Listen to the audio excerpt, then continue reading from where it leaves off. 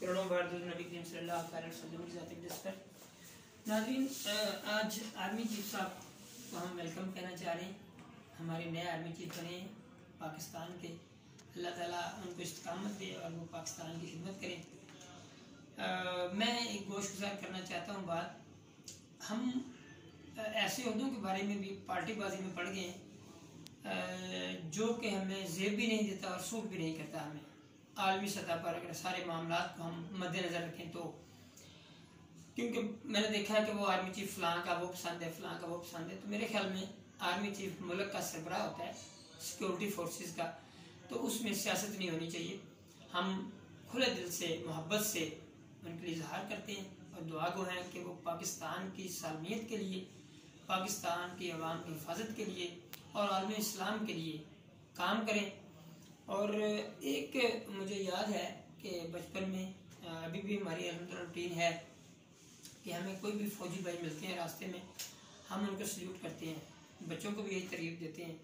बल्कि मुझे याद है कि मैं जब कॉलेज जाता था, स्कूल लाइफ में, मेरे पास एक साइकिल थी, उसके ऊपर जो बैक साइड पे जगह होती थी लिखने के लिए, तो मैंने लिखा हुआ था पाक फ़ौज को सलाम, और नीचे लिखा हुआ था सदा मुस्कुराओ।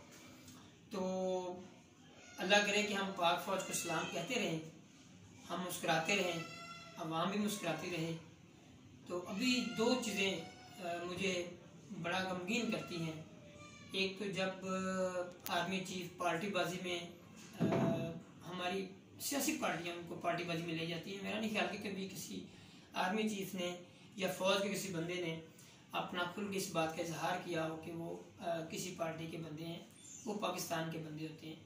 एक चीज़ तो ये गमगीन करती है, हमें दुख पहुंचाती है कि जो हम पार्टीबाजी करते हैं, चाहे सियासतदान हो या कोई आम आदमी हो, तो ये हमें हक नहीं होना चाहिए। दूसरी बात ये है कि जो फ़ौजी भाइयों के असासे हैं उन हवाले से बड़ी बातचीत होती है, तो मेरे ख्याल में हमें गुरेज करना चाहिए और हमारे फ़ौजी भाइयों को भी चाहिए कि वो अवाम के हक़ के लिए बात करें। अवाम, हमारी बहुत सारी अवाम ऐसी है जो दो वक्त की रोटी भी नहीं खा सकती, कपड़े अच्छे नहीं पहन सकती, सैलाबज़दगान हैं, बेचारे बड़े परेशान हैं, उनके लिए कंबल तकिया तक नहीं है।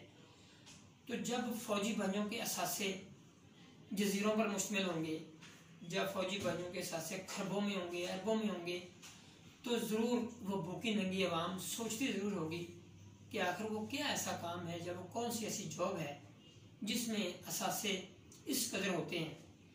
तो मेरा ख्याल में पाकिस्तान के जो वो लोग जो असासे कमतरी का शिकार हैं, तो मेरी एक राय है कि सब जितने भी गवर्नमेंट सेक्टर में, चाहे वो पॉलिटिशियन हैं, चाहे वो गवर्नमेंट सर्विसेज में हैं, चाहे वो सिक्योरिटी फोर्सेज में हैं, वो अपना ओहदा संभालने से पहले अपने सारे असासे डिक्लेयर करें। अवाम में आके, वेबसाइट पर, सोशल मीडिया पर, हमारे मेन स्ट्रीम मीडिया में अपने असासे डिक्लेयर करें, और जब रिटायर हों तब फिर डिक्लेयर करें, ताकि जो हमारे अवाम के अंदर इस बात पर मायूसी पाई जाती है वो ख़त्म हो सके। तो मेरे ख्याल में ये एक अच्छा ट्रेंड होगा अगर मेजर जनरल आसिम साहब ये ओहदा संभालने से पहले अपने असासे डिक्लेयर करें, और जब रिटायर हों तब भी उनके असासे सामने आने चाहिए, ताकि पाकिस्तान में ये जो एक आम अवाम इस बारे में बात करती है, इसका तदारक किया जा सके। आपका बहुत बहुत शुक्रिया।